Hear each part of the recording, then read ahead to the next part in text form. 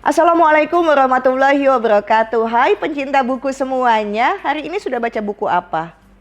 Belum? Baca buku dong. Nggak bisa diganti dengan digital. Kita itu memang mesti dekat dengan buku. Kalau kita udah males baca, ya udah nggak dapat ilmu apa-apa dalam kehidupan. Yuk kita coba belajar tentang ilmu kehidupan dari perjalanan orang lain.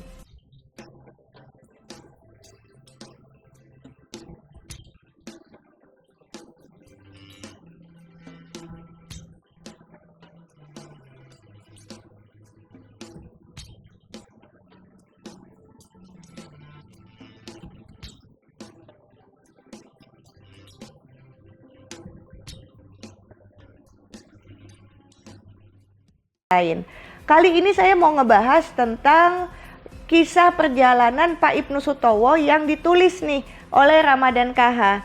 Di buku ini judulnya adalah Saatnya Saya Bercerita. Mungkin ada beberapa dari Anda yang sudah pernah membaca buku ini. Kalau belum, baca deh. Karena ternyata menarik sekali apa yang diungkapkan oleh Pak Ibnu Sutowo. Karena beliau nih, kalau menurut saya adalah tokoh sentral dalam perjalanan hidup Pertamina, juga perintis pengembang LNG, Otorita Batam, Krakatau Steel, dan IPTN. Ayah saya almarhum adalah pegawai Pertamina, 37 tahun tuh kerja di Pertamina. Zamannya Pak Ibnu Sutowo. Lambangnya masih kuda laut. Jadi udah tua banget ya. Kalau misalnya orangnya udah pada nggak ada, tapi kan ada pembelajaran yang bisa dilihat di situ ya. Sebetulnya apa sih yang cerita yang bisa menjadi legacy atau menjadi warisan buat generasi selanjutnya? Karena perjalanan jiwa itu adalah tentang sebuah kesadaran. Kesadaran itu kan nggak bisa dikasih, nggak bisa disuapin, tetapi kesadaran itu mesti dipelajarin sendiri dan dicapai, diraih sendiri. Maka kesadaran setiap orang dalam perjalanan jiwanya akan berbeda satu sama lainnya. Maka kalau untuk Anda nih generasi selanjutnya, harusnya jangan mengulangi hal-hal yang mungkin tidak tepat di masa lalu. Karena nanti perjalanan jiwanya nggak selesai dong. Nah untuk itu kayaknya menarik nih kalau hari ini saya mau makin memperdalam tentang bukunya Pak Ibnu Sutowo. Tokoh yang kontroversial tapi menceritakan apa adanya kepada Ramadan KH dan kemudian ditulis menjadi sebuah buku.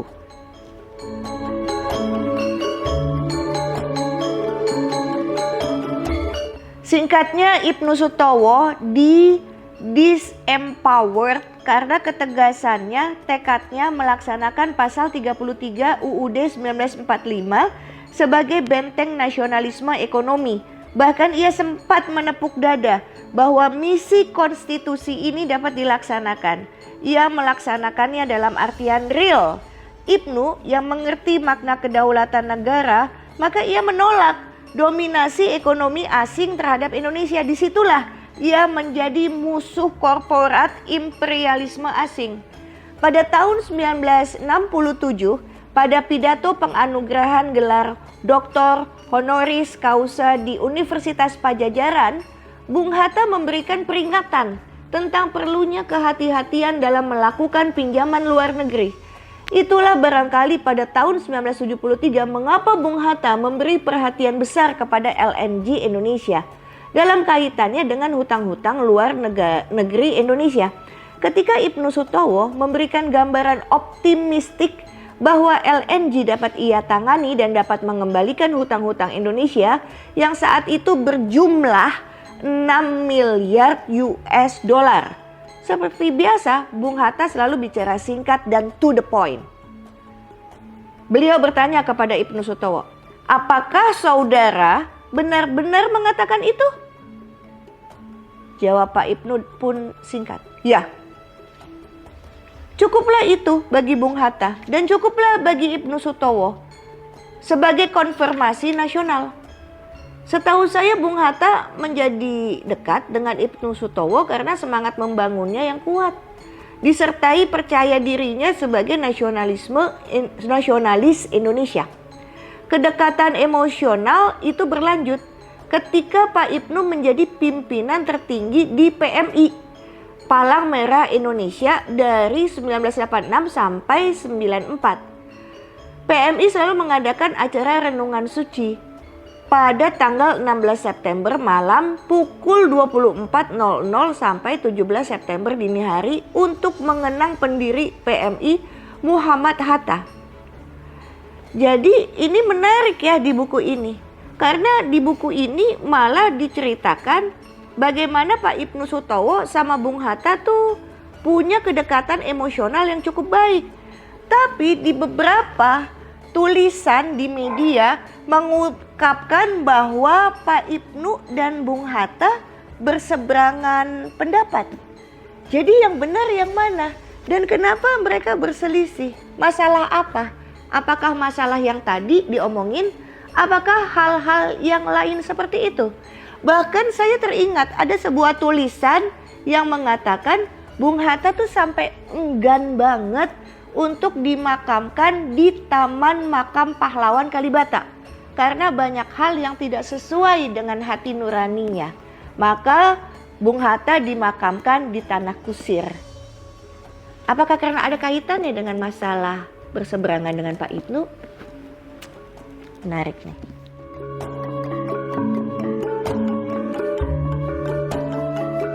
Kalau misalnya membaca buku ini ya, bukunya Ibnu Sutowo karya Ramadhan KH, kita melihat bahwa tokoh Ibnu Sutowo ini dia mulai berawal dari dokter, kemudian angkatan darat, kemudian mimpin perusahaan yang sangat penting di bangsa ini. Ini kan menjadi generalis, tadinya akhirnya berujung menjadi seorang yang spesialis. Yeah. Nah, kalau Ismail sendiri melihat generasi Z, generasimu ini, banyak nggak orang yang generalis menjadi spesialis seperti tokoh ini?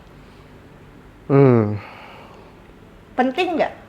Kayaknya penting, tapi kalau ditanya banyak, saya nggak bisa banyak komentar. Jadi mungkin di umur kita sekarang justru itu proses pencariannya, proses pencarian. Jadi entah mau jadi generalis, entah mau jadi spesialis gitu. Jadi penting, sudah pasti terbukti di Pak Ibnu sendiri works gitu, dari awalnya dokter jadi TNI, lalu memimpin perusahaan yang sebesar itu dari masa belum jadi Pertamina sampai jadi Pertamina gitu. Jadi sangat penting. Maka pesannya apa buat anak-anak muda yang sedang berjuang? Sekarang kan lagi marak ya, kembali lagi nih hashtag kabur aja dulu. Menurut pendapat saya kabur tuh bukan arti yang nggak nasionalis loh. Ini soal penghidupan gitu loh. Jadi bagaimana mencari nafkah ya dimanapun berpijak ya sebetulnya bisa, apapun yang dilakukan ya lakukan semaksimal mungkin. Maka pesannya Ismail apa? Sebenarnya rajin belajar sampai kita akhirnya tahu kita ini generalis atau spesialis. Dan jalur itu nggak ada yang salah, nggak ada yang benar gitu, cocok-cocokan ke pribadinya masing-masing sampai akhirnya tahu kita ini leader atau kita ini jadi researcher atau kita ini bakal support di bidang apa gitu. Intinya di momen kritis kita ini sekarang, orang-orang bilang mau menghadapi quarter life crisis, sebagian udah gitu, tapi ya terus mencari gitu, jangan berhenti mencari, karena menurut saya kalau udah ketemu jati dirinya apa, pasti ketemu juga gitu penghirupannya.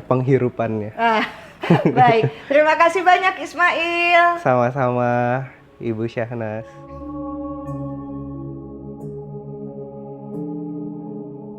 Halo, saya Dihkon Adamis, biasa dipanggil Dihkon. Saya generasi Z. Sekarang saya masih fokus untuk mendirikan sebuah startup social enterprise yang bergerak di bidang jasa kebersihan, namanya Clean Sheet. Setelah saya membaca buku ini dari Ramadhan KH, Ibnu Sutowo, saatnya saya bercerita. Saya belajar banyak hal dan itu relate dengan apa yang saya alami di Clean Sheet. Saya belajar di sini mengenai integritas, bahwa integritas itu sangat-sangat penting, terutama sebagai pemimpin, sebagai leader, kita harus bertanggung jawab dan kita harus maju paling utama, paling awal kalau terjadi apa-apa sama perusahaan kita. Dan kita harus berpegang teguh juga, terutama terhadap ya tadi kejujuran, tanggung jawab, mau mengakui kesalahan sebagai pemimpin, terus juga mau rendah hati sama tim, bukan bos ataupun bawahan, tapi lebih ke super tim. Dan saya seperti di Clean Sheet maupun di buku ini, saya belajar tentang keikhlasan. Keikhlasan ini lebih ke bahwa apa yang terjadi sekarang, apa yang saya alami di Clean Sheet, mau baik maupun buruk, itu merupakan proses yang harus saya alami, dan saya harus ikhlas menghadapi itu semua. Karena kalau enggak, saya akan kecewa, saya akan sakit hati, dan saya akan menyesal saya sudah berjuang di Clean Sheet. Tapi saya enggak seperti itu. Dan terakhir, di Clean Sheet maupun di buku ini, saya juga belajar lebih ke bahwa di tim, value maupun visi misi itu penting, bahwa ternyata tim itu akan seleksi alam sendiri yang hadir ke Clean Sheet maupun ke bagian dari saya yang memang nggak se-value, nggak se-visi misi, itu akan lepas sendiri, akan meninggalkan. Saya ingat kata Bu Sanas bahwa ya kamu jangan kecewa, jangan beranggapan bahwa oh dia udah dididik, udah disekolahin, udah dikuliahin, tapi ternyata pergi. Enggak, paling utama adalah ya bantu untuk melepas. Jadi jangan membantu karena ingin feedback ataupun timbal balik dari seseorang. Jadi harus ikhlas, siap lepas, dan ya harus percaya diri dan pegang integritas diri kita. Itu aja mungkin. Terima kasih untuk kesempatannya. Saya Dihkon. Jangan lupa baca buku ini ya. Terima kasih.